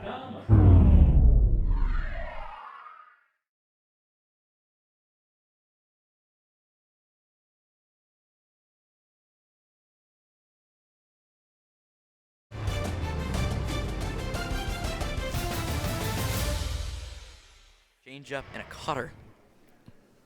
And he'll have a tough assignment for his first batter, Dylan Staton, who immediately first pitch swinging, whacks one into left field. A base hit for Staton, who is just having a really good day. 3 for 4 for him. Yeah, he's a guy that's just been driving the ball to all parts of the field. He takes a pitch on the inner half, brings the hands in, pulls it right down the line, and Marsh has to track it down. Wide turn at first base, but goes back, and it's another opening inning base runner for Michigan. That's been quite a common theme, and with a lead, they just keep piling on. And Cole Caruso also first pitch swinging, looking for his first hit of the weekend. This one popped up way in the air. Norris over and makes the grab. That was an adventure for Norris. Hannon was looking up to the skies and trying to track it as well. As the wind certainly picking up here at Miller Field, Lebrano Park, and had to go a couple steps to his left and make a nice grab. So a quick first out of his Nittany Lion career for Brandon Wingenroth. He misses with that pitch, but he will face Kyle Dernetti. Dernetti has been timely in this one as a sac fly for an RBI and a single that started the rally. Helped continue the rally with the sac fly. Got that first Michigan run across with his single back in the 6th inning. Yeah, rated as the number 7 shortstop prospect in Pennsylvania by Perfect Game for the class of 2023. Hit .465 as a senior in high school with 30 RBIs, and 2.55 ERA on the mound, so a guy that does have some really good talents. Yeah, Wingenroth, a guy who has done it on both ends in his high school career. Even on Dernetti 2-2. Meanwhile, Dernetti, a graduate student who came over after 4 years at Oregon State and been a member of a couple of all-region teams and NCAA regionals. Just a really good veteran player for these Wolverines. Following Coach Tracy Smith, who we talked a little bit about it yesterday, one of the winningest active head coaches in college baseball. Looks like a pretty good breaking ball that just missed a little bit for Wingenroth, and he'll walk Dernetti and move Staton over to second. And 2 men on and 1 out. I mean, if you're Wingenroth on the mound, I mean, you don't really have too much to lose. I mean, you're already down by 9. You're a freshman. You're making your debut. I'm sure there's a lot of emotion, some jitters out there on the mound for the freshman, redshirt freshman, but you just gotta go at these guys and can't be scared. As Priest gets rung up on a strike on that check swing, it's strike 1. Priest 0 for 2 today, the strikeout. Back in the 6th. He drove in a run on a fielder's choice last inning. A big cut on that one. He's down in the count 0-2. And Wingenroth with nice delivery from the right side and a little deception with his delivery as well. Missed on that one. 1 out in the inning, runners on first and second. This is turned into an ugly showing for Penn State, with Michigan putting together a 9-run top of the 7th inning. Priest gets into one, hit out to straightaway center. Kelly has room. He makes the catch. Stanton thought about tagging the long throw to third base. He might have gotten in there, but he stays at second. Yeah, it's a really good throw by Taven Kelly.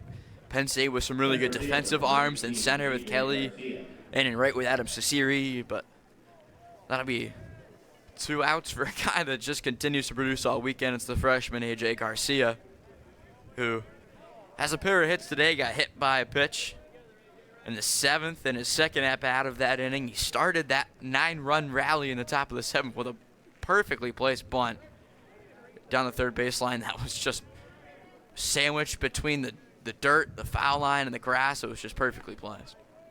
Yeah, Garcia hitting at the bottom of this order is started in center field every game this weekend. We keep talking about him, but certainly for me, one of the most impressive guys on this Wolverine roster. He's a true freshman.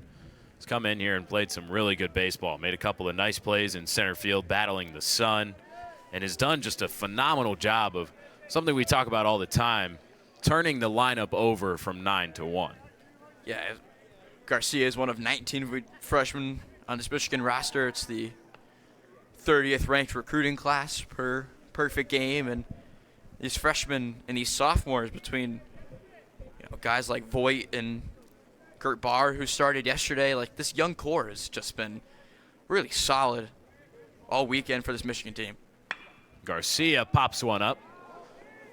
Left side going out is Grant Norris with Bobby Marsh. Marsh calls him off. He lost it in the sun. Stanton comes around to score. Garcia goes to second. That's going to be a hit for Garcia. It's just a tough play. Pretty lazy fly ball. Wingenroth put his arm up to signify, hey, that's a fly ball, but Marsh coming in, Norris going out, and Marsh just lost it. Just unable to make a play. As they'll give Garcia a double. Dernetti to third, and as Velasquez rolls one over to second, and rifles it on over to first for the final out of the inning.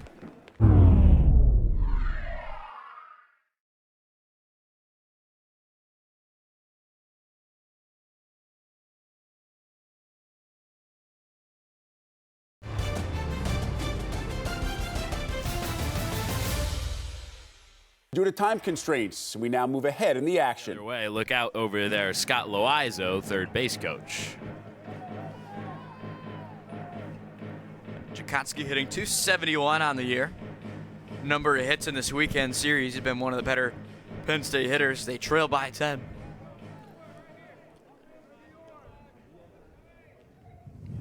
Jakonski a 1-2 from Voigt. The stretch. This one lined into right field. It's going to get down into the gap. Here comes Hannon. He's going to come home. He will score. So Penn State back on the board thanks to the RBI single from Joe Jakonski. There's the first hit for Penn State since the third inning, and it leads to a run. Jakonski takes a pitch middle, and just drives it to the right center field gap, and Hayden will just cruise on home easily. Really good piece of hitting by Joe Jakonski, who is 2 for 4 today. He's hitting now over 280, and it brings up a guy in Adam Cecere who does not have a hit today. Adam Cecere has flied out a couple of times, as well as a 4-3 put out. But Joe Jakonski just seeing the ball so well right now. Yeah, he gets that dirt ball read as well. Takes off to second base. Close play. The ruling from Brian Marine is safe. So a stolen base off of the ball in the dirt for Joe Jakonski. Yeah, really good dirt ball read. I like the aggressiveness. Down a bunch of runs, might as well just take off. A really good throw by Will Rogers all the way down to second base, and that's a stolen bag for Joe Jakonski, and it's a runner in scoring position with nobody out for Cecere.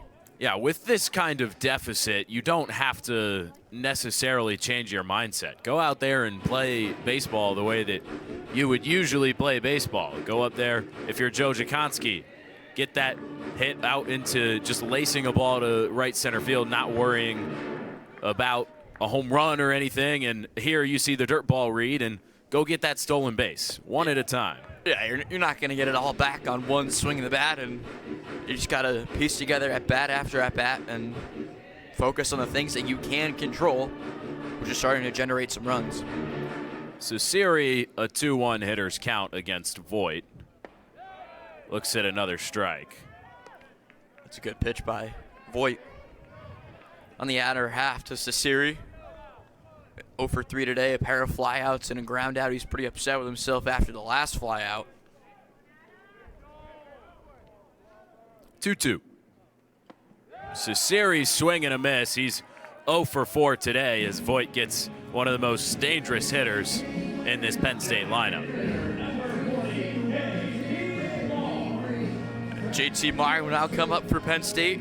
Really good pitch by Mitch Voigt to retire the dangerous Adam Cecere. Good breaking ball.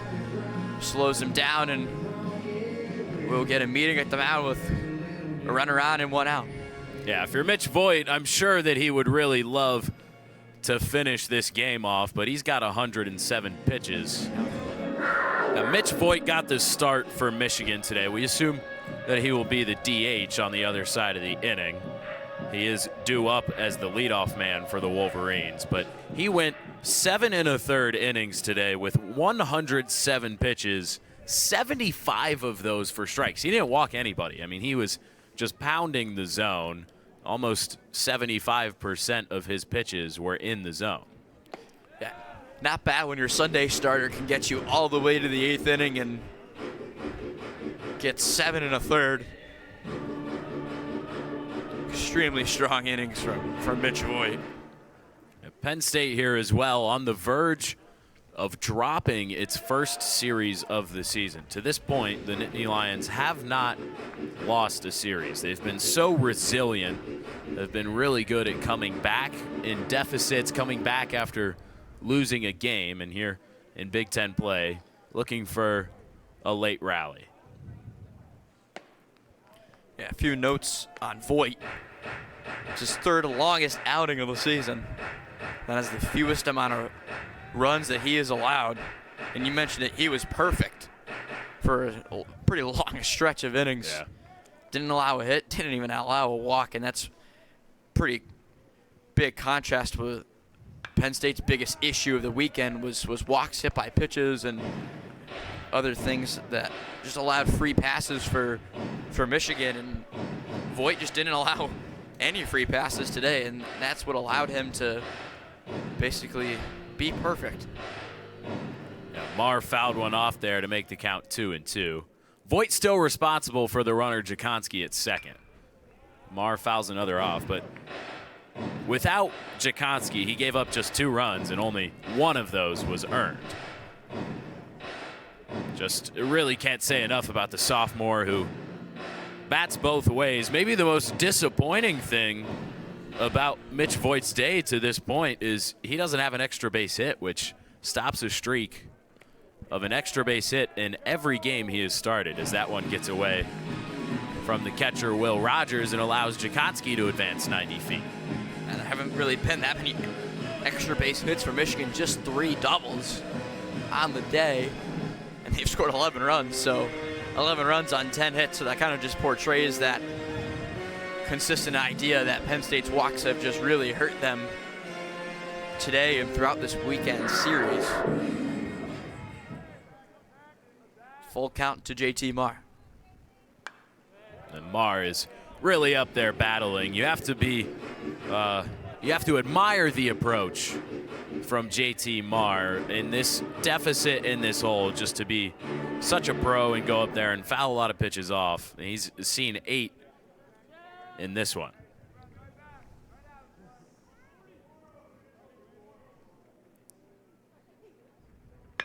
That one driven right up the middle at Garcia. Plays it on a hop. Jakonski comes in to score. A 1-out single for JT Marr brings Penn State another run home. 11-3, Wolverines still lead it. Yeah, JT Marr wins the battle there, gets a pitch down in the zone and just drives it to center field. Really good piece of hitting, throwing in the bat head right of the ball, and that'll easily bring home Jakonski, and Penn State has a pair in this bottom of the 8th inning. And after being shut out from the bottom of the 2nd to the bottom of the 7th, they have their first runs since the bottom of the 1st. This is Bobby Marsh for Penn State. Marsh 1 for 3 today with an RBI. Hit a double out to the left center gap back in the 1st inning.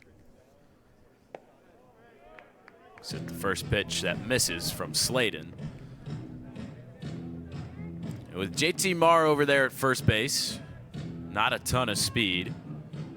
Marsh hitting the ball really well. His average up to 318. Getting on base at a great rate, too. He'll take his walks. Yeah, Slaton, a guy with 8 walks and just 2 strikeouts, so that's something that has been a problem for him. 8 walks in 3 2/3 innings pitched only for him. Not the ideal numbers. No, hasn't really gotten that deep. Just has 1 outing of more than an inning, and he went 2 against Coastal Carolina and gave up just 1 earned run. He's given up at least a run in each of his last 4 appearances. Now his last 5 is that back up the middle and through for a base hit. Now Marr trying to stretch it to third base. He does. Garcia playing deep in the outfield, trying to avoid any doubles, allows Marr to go all the way to third base. Bobby Marsh has his 2nd hit of the day, and he beat the shift. Yeah, another pitch down in the zone. Back-to-back at-bats for Penn State, where they've driven a pitch down in the zone and sent it into center field for a base hit. And now there's runners on the corners for a guy that has driven in the most runs on this Penn State team. It's Matt Maloney. 23 of them for the lefty catcher coming up to the plate in another RBI opportunity. Penn State today with runners on. Been pretty good. 5 for 14. That's a 357 average. And with runners in scoring position, 2 for 7. Penn State's just had a hard time putting guys on base over the past couple innings prior to this bottom of the 8th.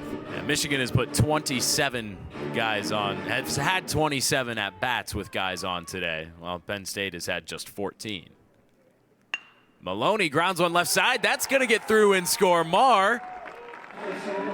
3 runs come across here in the bottom of the 8th inning with just 1 out and 2 guys still on base. Give Slaton credit. He is making good pitches, but Penn State is just being able to drive the ball now with just simple singles, and they're doing it, as we kind of talked about, doing it 1 at-bat at a time. This offense doesn't have a lot of quit in it, and now Slaton's just going to have to try and power through. He still has a 7-run lead. There's 1 out. You still got the opportunity for the double play ball. Michigan has recorded more double plays than anyone in the country this year, and now it's a guy that's probably the hottest guy in Penn State's lineup. Yeah, struck out his last time up, but Bryce Molinaro has a single today, and we mentioned has raised that batting average 17 points on the weekend from 260 to 277. Yeah. Solid speed over on first and on second, so one of the gap could score a pair. Molinaro 1-1. Looking to do some more damage. The infield at double play depth. Outfield playing pretty much straight away. Left fielder Alfredo Velasquez actually shading a little bit to the push side for Molinaro, who fouls one off of his foot. Delayed stolen base there for Penn State. Now runners in scoring position on second and third. I believe the home plate umpire just ruled Bryce Molinaro out. I think he may have not recognized that it potentially hit Molinaro. He'll have a conversation with his other outfield, with his other umpires. So we might have a late situation here where Molinaro thought it fouled off of his foot. He is instead ruled out. I believe they're going to rule that it bounced off of the plate and went in play. So Molinaro is ruled out, and the runners move ahead on a 2 unassisted putout at the plate. Yeah, as we watch the replay here, yeah, that's a fair ball. It looks like it didn't even hit Molinaro. Everyone kind of stopped except for the base runners. So really good heads-up play by Maloney and Marsh. Seemed like Gambino thought that it hit Molinaro. Molinaro thought it hit himself. I mean, he didn't even run out of the box. And yeah, it looked like the ball could have been sitting in the batter's box there, which would be in foul territory, but Brian DeBrouwer behind the plate made the call that it was in fair territory, and now Penn State with a couple of outs and a couple of runners in scoring position for Grant Norris in an 0-2 hole. Yeah, Norris just got to replicate what his previous hitters have done before him and just drive one, find a gap in the outfield, and be able to score a pair with 2 outs. Slade in the 0-2. This is down and in to Norris. Norris on this season just hitting 200 with runners in scoring position, but we've said it all weekend. There is pop in the bat. The 1-2.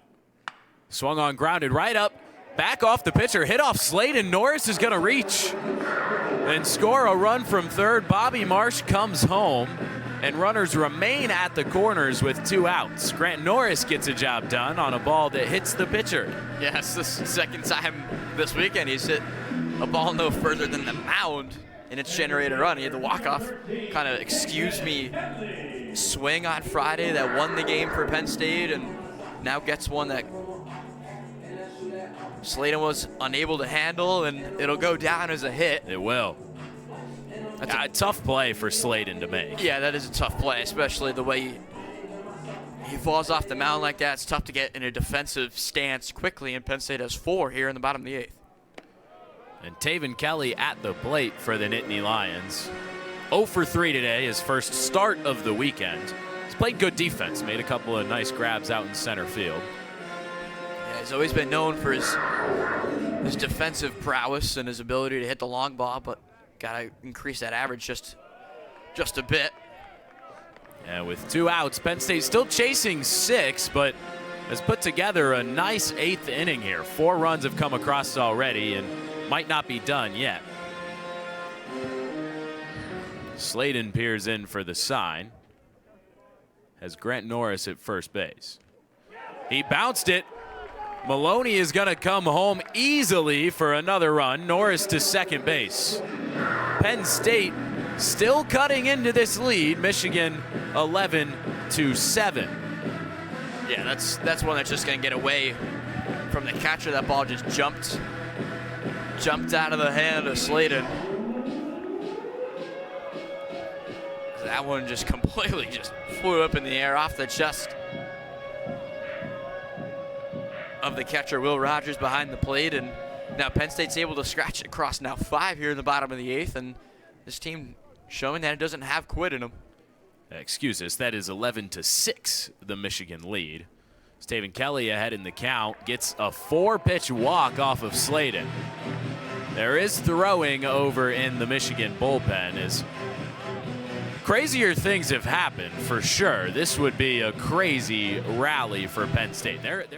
And Penn State has officially batted around as Kyle Hannon comes to the plate for the second time in this 8th inning. He reached on an error, a pop fly that was dropped by Cole Caruso over there in shallow left field to begin this rally. Looks at one on the inside corner. It's 2-0 for Hannon. Couple of pop flies we've seen give guys trouble out there. There is still a low sun coming over the home plate side of Medler Field at Lebrano Park. Yeah, that sun can make it tricky. As Denner rifles in a strike. Especially with there is some wind and ball can get pushed around up towards the sky, but Denner's been a guy that's been really reliable the past couple outings for Michigan, and he's had back-to-back scoreless outings, had the 4 scoreless, gave up just 1 run that wasn't earned, scoreless 2 2/3 against Toledo, and his 2 previous outings before that just had 1 earned each. Behind 3-1 to Hannon and comes back with a strike right on the outside corner. Looked for a moment like Hannon thought that was ball 4. Yeah, it just nabbed the outside edge. So we're on to hour 3 of this ball game. Taven Kelly at first, Grant Norris at second. Runners go. Hannon, a foul ball into the mitt of Will Rogers.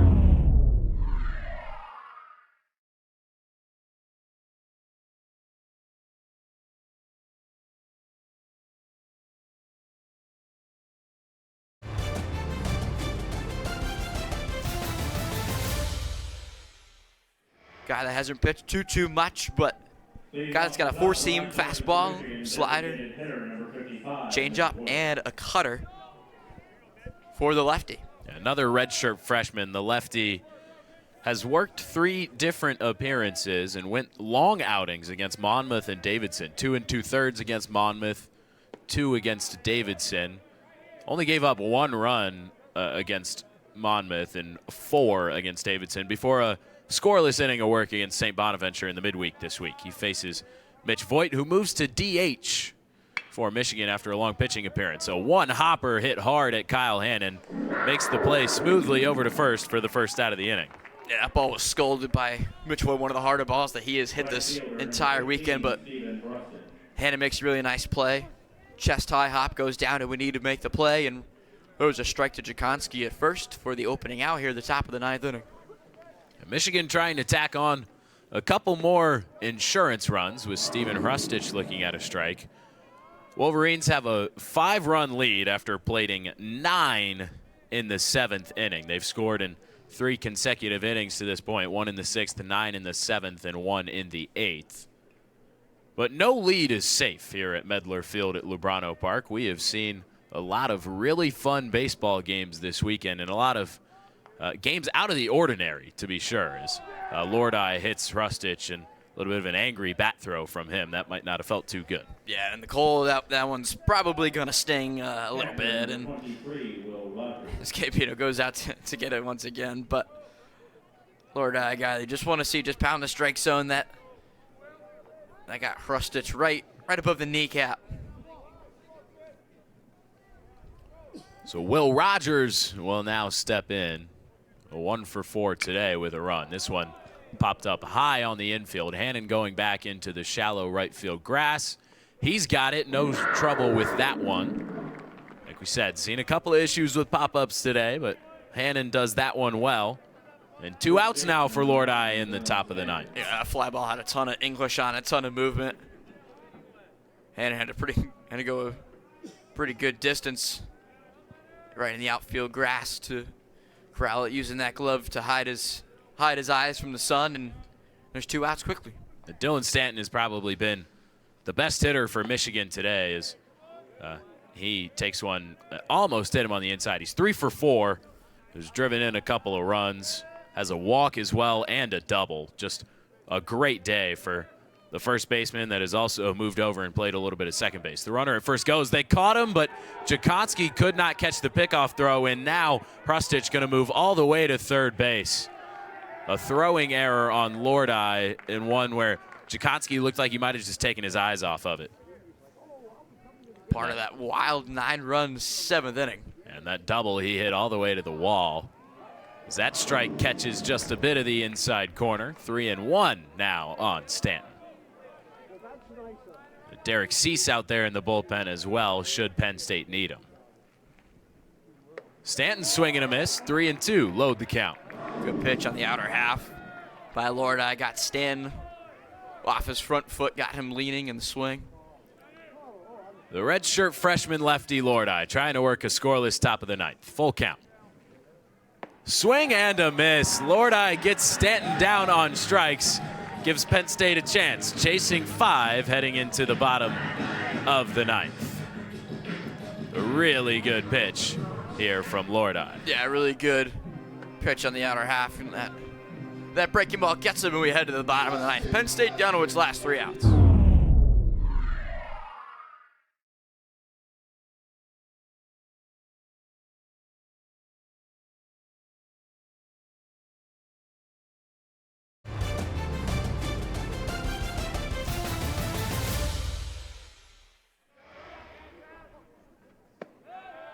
Jakonski takes a strike. The difference in this one, if you want to look at it, the hitting numbers are really similar for both Penn State and Michigan. The teams each have 10 hits, but Penn State has issued 7 walks and 4 hit by pitches from the staff.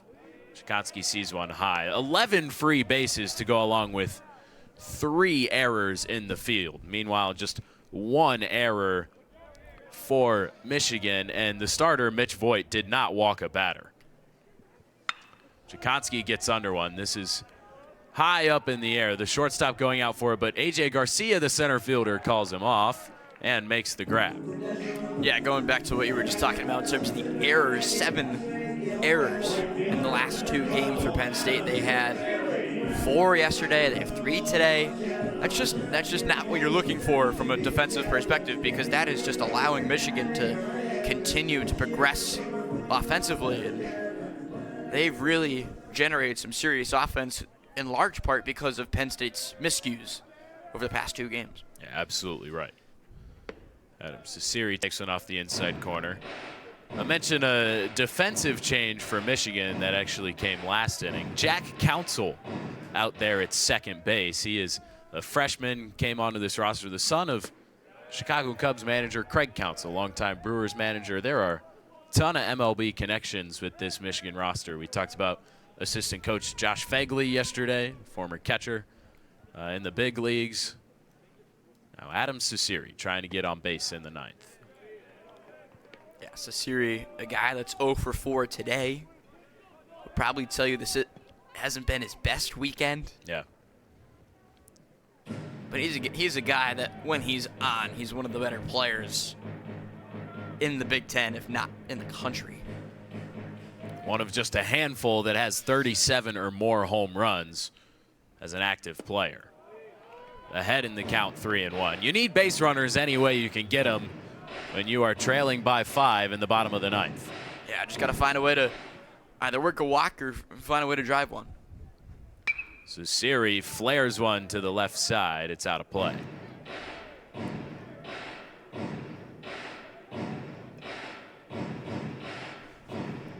Full count, Denner to Cecere, lefty on lefty coming up soon.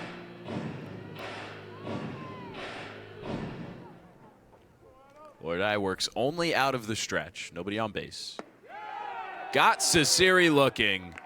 The lefty wanted the walk call, but he did not get it, and there's 2 down in the bottom of the ninth. Penn State, their last man standing, stands J.T. Marr. Yeah, that's a really good pitch by Jacob Denner, as he's able to get Adam Cecere out for an 0 for 5 afternoon for Adam Cecere. That's really uncharacteristic. The graduate student transfer from Wake Forest. Marr looks at a strike. He's 2 for 4 today. moved his average back up a couple points to 435, and that's his 10th multi-hit game of the season since transferring in from College of Charleston. He's down 0-2 with 2 outs here in the 9th. Penn State down to its last strike. Jacob Denner trying to finish this one off. He checks his sign. Outfield playing straight away everywhere. Denner at the wastes. Here it comes. Foul back. Didn't mention it, but a pretty good crowd out there today at Medler Field at Lubrano Park. They've all moved over to the left side of the stands to catch the last little bit of sun that's out there, and a lot of them stayed around for all of this one. Denner another 0-2. Amar gets into this one, popped up right field side. Going back is Rustich on the warning track, makes the grab, and that will do it here in this one. Michigan wins 11-6 and takes 2 out of 3 from Penn State in Big Ten opening play. Yeah, I just can't begin to describe how good of a job Mitch Voigt was on the mound today. An outstanding start for him, and Jacob Denner finishes it off for Michigan who has 11 runs on 10 hits and an error. Penn State with 6 runs on 10 hits and 3 errors. A lot of walks and hit by pitches by the Penn State pitching staff. And Michigan wins the Big Ten opening series here at Medler Field, Lubrano Park.